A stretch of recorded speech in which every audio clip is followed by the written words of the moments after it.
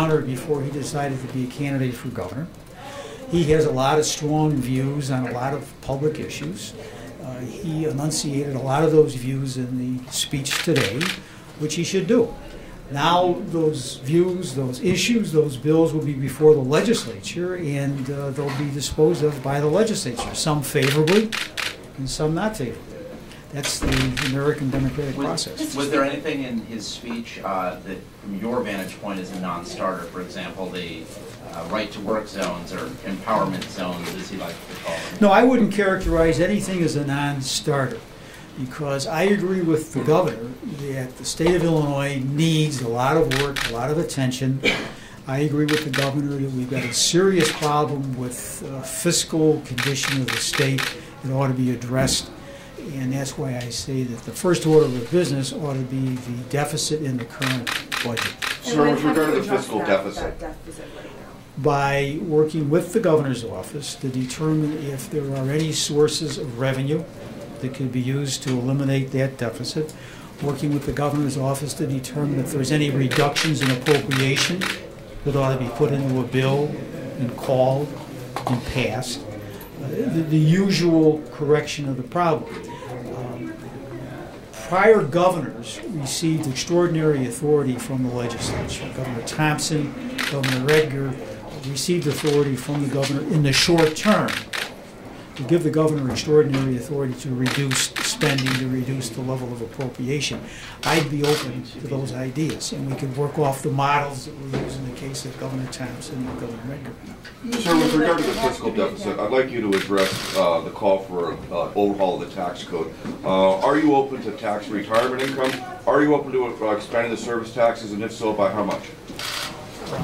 I'm open on any changes to the tax code. You may recall that I sponsored a major reform to the edge tax credit last spring.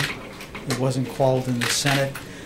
I, for one, have filed a bill that would actually reduce the rate on corporate income in Illinois by 50% as part of a larger package that would give us true reform in the tax code and better able Illinois business to compete with other states and to show a profit, hire people who would pay taxes, and move the state forward.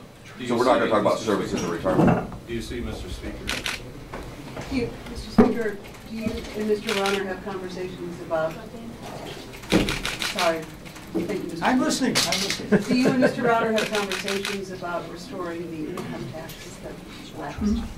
Yeah, we talked about it a few days ago, maybe a week ago. And, his statement at the time is that it should stay at the rate where it is today.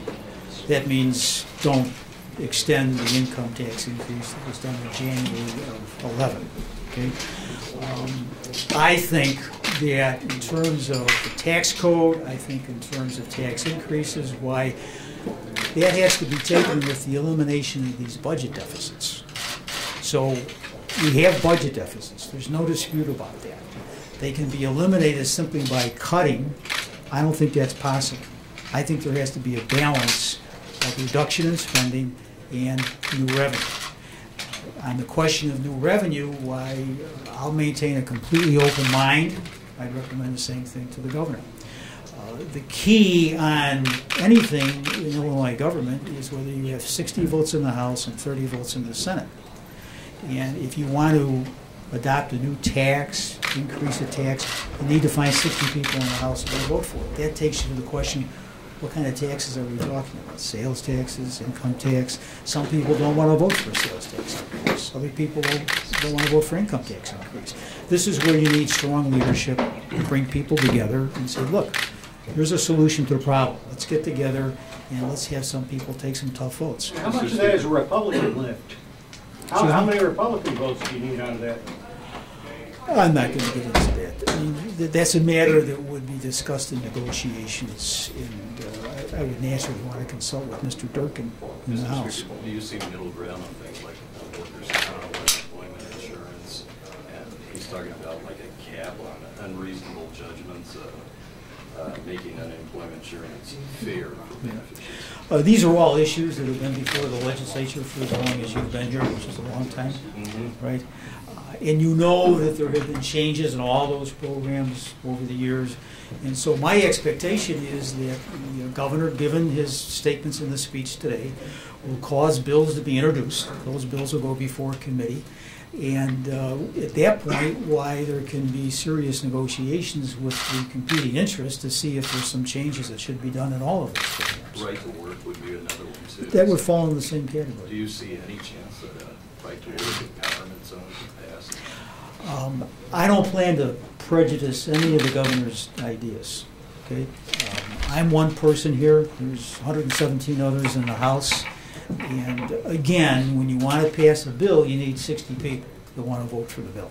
Mr. Speaker, he did not mention pensions in his speech, but if you went through his agenda items, he talked about wanting to move current workers to Tier 2 or 401k, and then looking for a constitutional amendment to provide some relief. What do you think of those ideas? Well, those are all ideas that we considered when we drafted and passed Senate Bill 1, which is now before the Illinois Supreme Court. I would maintain a completely open mind on changes in the pension law. I fought, I think, a 5-year battle against organized labor in Illinois to pass Senate Bill 1. I'm very hopeful that the Supreme Court approves it. If they don't, well, we're back at square one with a very serious problem, as you know. Just to clarify what you said before about discussions about putting that tax increase back in place. You said he's against it. He wants to keep it at 375 now. Doesn't want it to go back to 5. And if so, how will you, in the short term, deal with the deficit that is now have programs going growth day after day after day? You mean the deficit in the current budget? Yeah, Right, budget. sure. Well, there's a thing, down here, there's a thing called fund sweeps. Right. It's capital speak. And there's about $600 million in those funds that can be used to support current programs. That in combination with other changes like reductions in appropriation, stoppages on spending that the governor has already implemented, would get us pretty close to $1.5 billion. They've already instituted stoppages in spending, and I think that they'll be able to produce a lot of savings through that. Speaker, this right to work zone issue, could you give just, your personal comments? I know you said you're just one member, but is that something that would advance Illinois forward? Would we see our economy improve if something like that happened? You know, right to work and right to work zones are a favorite topic of, let's be kind and call them right-wing thinkers, right? There are others that disagree with it, okay? It all gets into economics, it gets into putting people to work. I'm for putting people to work. That's the best thing we can do for the state. So am I going to reject it out of hand? No. Do I want to know more about the details? Yes. And we'll take it with everything else that's going to be before the legislature. In your opening remarks, you commented that you're interested in protecting working class, middle class families. What does that mean to you, and what would that look like compared to some of the proposals that Mr. Rauner put forward? I think it means two things. Number one, what can the Illinois government do to improve the Illinois economy? If you do that, you put people to work. Number two, there are many, many, many Illinoisans today that are dependent upon state programs. They're not just poor people, they're middle income people. And to the extent that you're reducing state spending, I think you have to ask the question, what's the impact on working middle class families, people that would like to work but they can't find a job, single people with a child, trying to balance the child against the job. These are all considerations that have to be taken into account when you start talking about reducing government spending. What about a minimum wage increase? You said you'd support a phase-in of a quarter over 7 years. It got lapsed from Democratic members. Maybe we should have waved some flags when it said 7 years. I support increasing the minimum wage. I'm going to continue to support that. I'm going to continue to work upon that in the legislature. Would it look like his proposal, or would it be? Well, I don't know what his proposal is, but I think we would implement some of it before 7 years. Speaker, how are you on the Again? expansion of taxes on services? Are you in favor of, if the governor's talked about expanding the sales tax on services, saying we have an outdated tax system, what is your position on that? That's where you get to negotiations. That's where you get to the question, are there 60 people that will vote for more revenue for the state? Personally, I would be prepared to vote for a sales tax increase, for sales taxes or other taxes on services. It's all part of the negotiations. But I would say to the other side, if you want to find 60 votes in the House, there's a lot of people in the House that would like to vote for an extension of the income tax increase. That's just the reality. And again, we're back to the elimination of the budget deficits. In the current budget, and the next one, and the one after that. My judgment is to eliminate those deficits, you need some new revenue. So now you're at the negotiating table talking about taxes, what tax can you support, what tax do you not want to support. There's a lot that goes into it, and I think that everybody would be well advised to keep an open mind on what they're prepared to support. Speaker, in the short term, the governor is calling for an increase in education funding. How do you see that shake out and reconcile with the budget deficits in the short term? Well, obviously, it's a matter that has to be reconciled. Do I support increased funding for education? The answer is yes. What about the budget deficits? This is where you have to sit and reconcile these competing interests. Do you think this speech was a negotiation speech, sort of putting down Democratic ideas and Republican ideas to maybe a preview of the negotiating we could see? I think the speech was very reflective of Mr. Rauner's thinking.